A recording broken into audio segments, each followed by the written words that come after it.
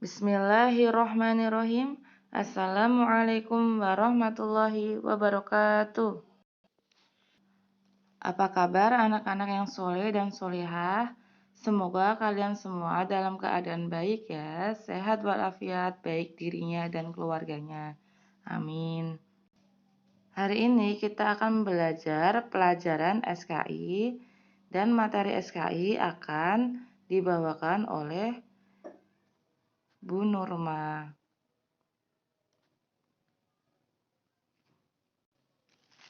Sekarang anak-anakku yang soleh dan solehah, buka buku kalian, yaitu bab 1 tentang mengenal dan meneladani dakwah Nabi Muhammad SAW dan para sahabat.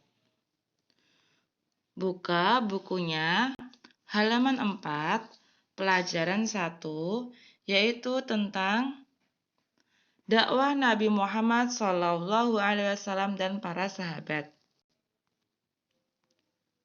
Yang A, dakwah artinya mengajak atau menyampaikan.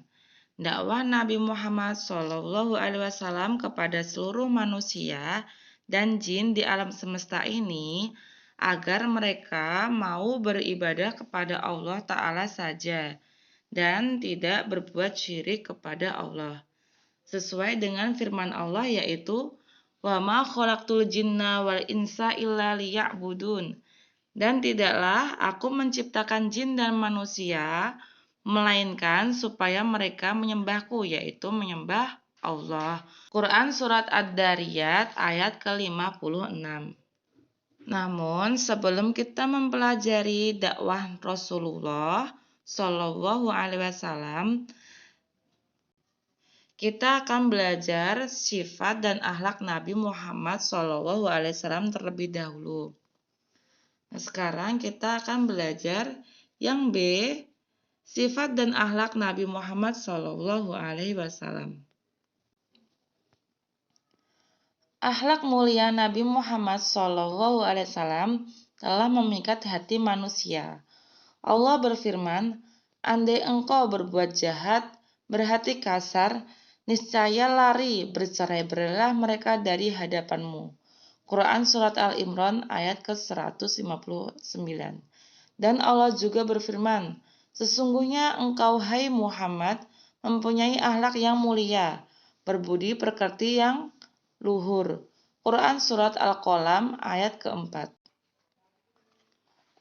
Jadi akhlak mulia telah dimiliki Nabi Muhammad SAW semenjak beliau masih kecil.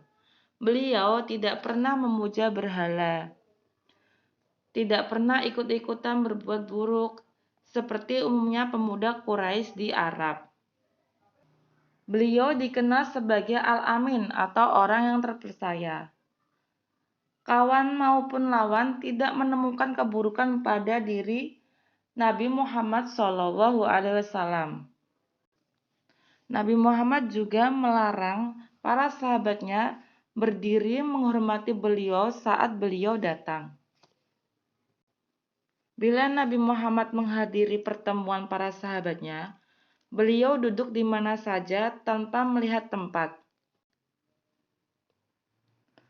Beliau, Nabi Muhammad SAW, juga memenuhi undangan siapa saja, baik orang yang merdeka maupun budak, kaya maupun miskin.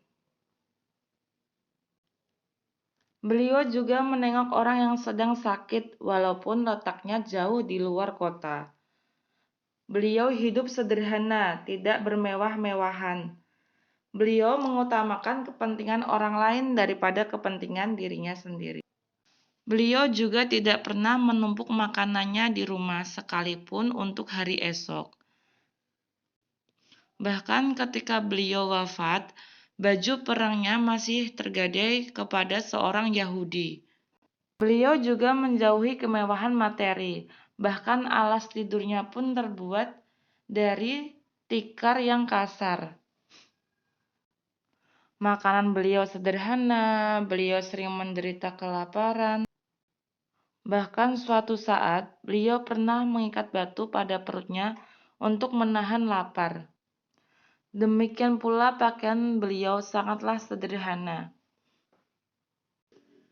Ini adalah sedikit gambaran tentang tempat tinggal dan pakaian Nabi Muhammad SAW yang ada di Museum Soleh dan Soleha. Bisa lihat di sini bagaimana sederhananya Rasulullah SAW dalam menjalani hidup beliau, dalam berpakaian, dalam tempat tidur, dalam makanan. Bahkan beliau memiliki sifat-sifat yang amat baik dan terpuji, tidak ada cela. Maka tidak heran bila Aisyah radhiyallahu anha ketika ditanya tentang akhlak beliau Aisyah menjawab bahwa akhlak beliau Rasulullah SAW adalah Al-Quran. Mungkin itu saja materi untuk hari ini yang dapat Ibu sampaikan. Apabila ada kekurangan dalam penyampaian materi, Ibu mohon maaf. Syukron. Wassalamualaikum warahmatullahi wabarakatuh.